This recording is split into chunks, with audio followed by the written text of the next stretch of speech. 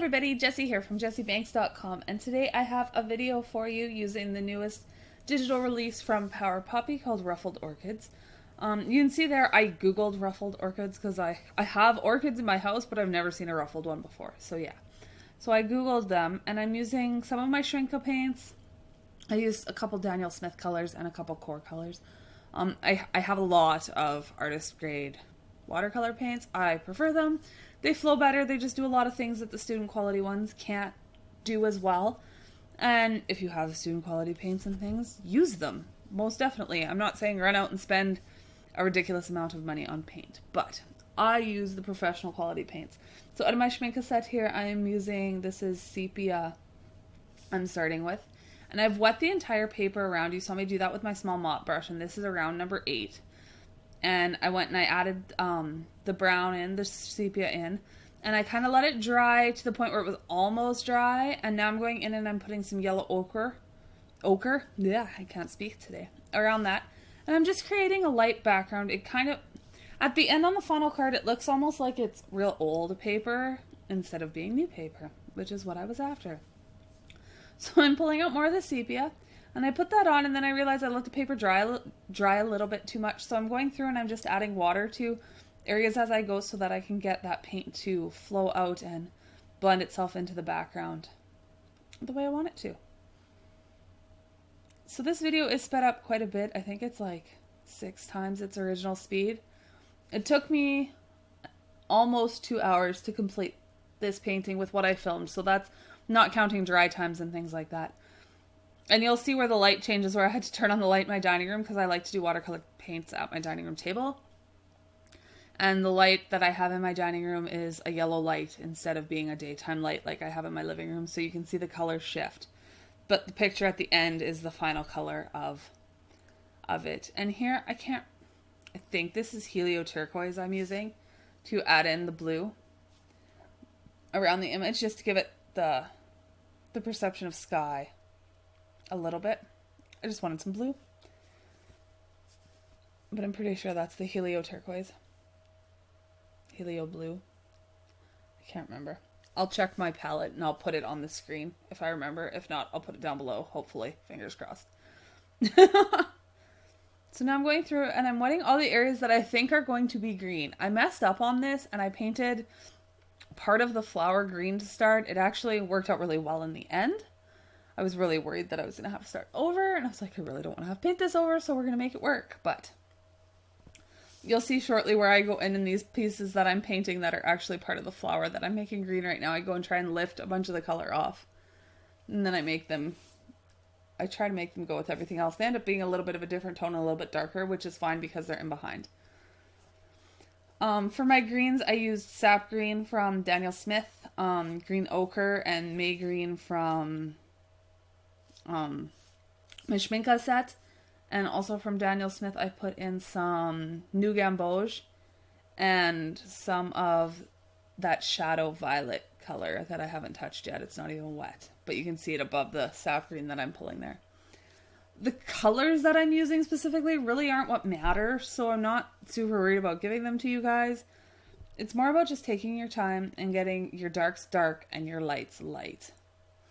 And letting the paint dry in between. And it's not a fast process. I can do Copic markers real quick. I'm very fast with them. But watercolors are just slow and I like it. It forces me to relax and work on my patience. And it does much more for me than just the artwork and the card in the end itself. And I enjoy it. So hopefully I'll be doing more of these for you guys. Coming up with different images and more flowers and things of that nature. So I'm just going through it. I'm still working on those greens and getting some darker values in there and some lighter highlights and all that kind of fun stuff. So this image is being released the day that this video is going live, which is the 25th of January 2017, and it is from Power Poppy, as I said at the beginning when I was rambling really fast. I will have a link in the description box to the image and my blog post. And I also have a new Facebook group that I've just launched where I am doing 1 to 2 live videos a month. Tips and tricks, coloring, and I threw in some watercolors and some colored pencils. Tonight, Wednesday the 25th at 6:30 p.m. Central Standard Time, we'll have our first live color along in the group. So if you'd like to join, I will definitely leave the link to Cards and Color down below, and you can pop in there and catch it live or catch it after. Hopefully you'd enjoy that.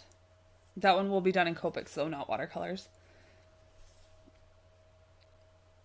So we're continuing on just building in those colors.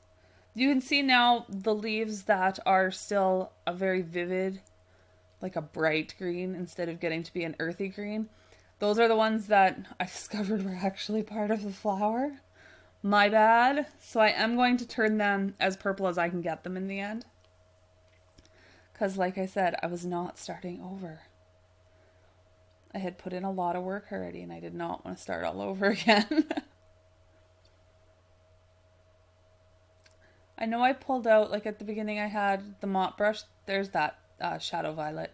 The mop brush that I used just to wet the background, and I had the round number 8, which is what I'm using, and a round number 4, and I think the only thing I use the 4 for is the white gouache at the end. I didn't use it for any of the blendings, so these brushes get to a real nice point on them, so you can get them into smaller areas as well as larger areas, which I really enjoy, that I don't need 500 brushes in order to complete painting on a card, or a painting when I paint outside of being on cards. There you can see there's a bunch of pink in there. I forgot to hit the record button. I apologize, but I forgot to hit the record button, and I just went through and added a light wash of quinacridone coral from Daniel Smith, and now I'm going in with the same color. It's still quinacridone coral, and I'm just starting to map in where my darkest color is going to be versus where my lightest highlights are going to be. Oh, kitty, you sneezed. So we're just going around and working on that. And here I come, and you can see I'm starting to drop pink over top of the green, which is a really bad situation. But because those leaves were really, really dry, they were completely dry when I first added the color, they took it fairly well, and they do end up roughly where I wanted them to be anyway, so it worked out okay. This is quinacridone purple from Daniel Smith. This is one of their newer colors. It was last year's. This was one of last year's new colors, not this year's new color. I love it. It's gorgeous. It was worth every penny I spent on it. To me. I'm not saying you... Like, I have a set of Cotman watercolors, and I have a set of the Zig Kuretake watercolors, and they work, and they're great too. It's all personal preference and what you can afford, and you can make anything you have work. Like I said, it's not about the specific colors you're using. It's about getting your darks dark and your lights light, and the patience at building up those colors. Because you can see, as I'm still adding purple to these, I had to squeeze out a little bit more of that color. I had used it all up. As I'm adding more color to the purple in the back, or to those green, what I had green in the background, they are becoming purple. Now I'm going through, this is a core watercolor, so this is a golden watercolor, and it is called Dioxazine Purple. It is a little bit more of a blue purple, so it's a cooler purple instead of being a warmer purple.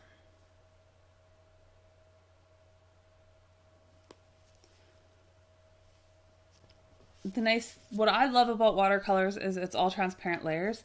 The colors don't mesh together unless you make them. If you let them dry and layer them lightly over top of each other, you get transparent layers built on top of each other where you can see all of these colors kind of shifting each other.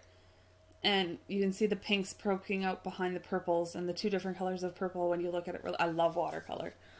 It's my favorite medium. It's my most frustrating medium, but it's my favorite. Continuing on to add color into those petals that I made green and trying to salvage them. And I'm still looking at them going, oh, this better work. You need to go more purple. I can still see the green. You have to be more purple. They don't get much more purple than that. But I do think they look really pretty in the end, so I'm happy with it. I will paint this one again and do it the way I envisioned it right off the start and not put green on the leaves, but I love it.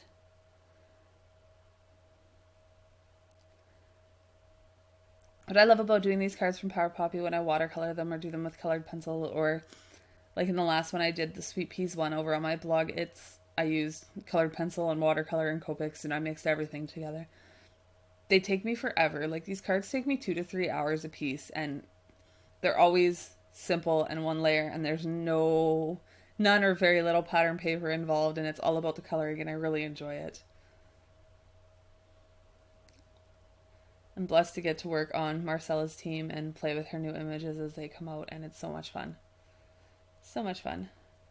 She's also had a bunch of clear stamps. I'll do some videos coming up with some of her clear stamps. I need to order a few more. I have a bunch, but I need to order a few more. So here I went in with this Shadow Violet, and I'm adding some of that, and I'm deciding that it's just disappearing, and it does. It disappears into that dioxazine purple and the rest of the colors, and then I add, that was some Payne's Gray. I do believe that is a core color as well. And I added a bunch of that, and then I go in and start adding it to my flowers, and it's not dark enough either.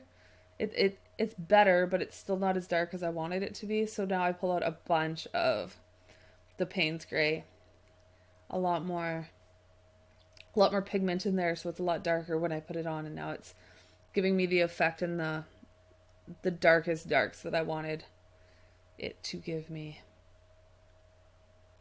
And you can see I have that piece of paper towel off onto the side, and I'm forever wiping when I have to clean my brush, or when I'm lifting paint off or adding a little bit more water to my brush, I'm always dabbing it off on there so that it's not soaking wet. And I can lift colors and move colors around, and I'll put color on and wipe a bunch of it off on my brush before I move it around on that petal. And now I'm adding some of that New Gamboge to the center of the ruffled orchids. And this is where I go in with my number 4, and this is M. Graham's White Gouache. And I put it in a palette, or in a half pan myself, and added it to my Schmincke palette so that I have it with me all the time. I prefer it to titanium white or anything like that. And that's it. So I hope you guys enjoyed. Bye for now.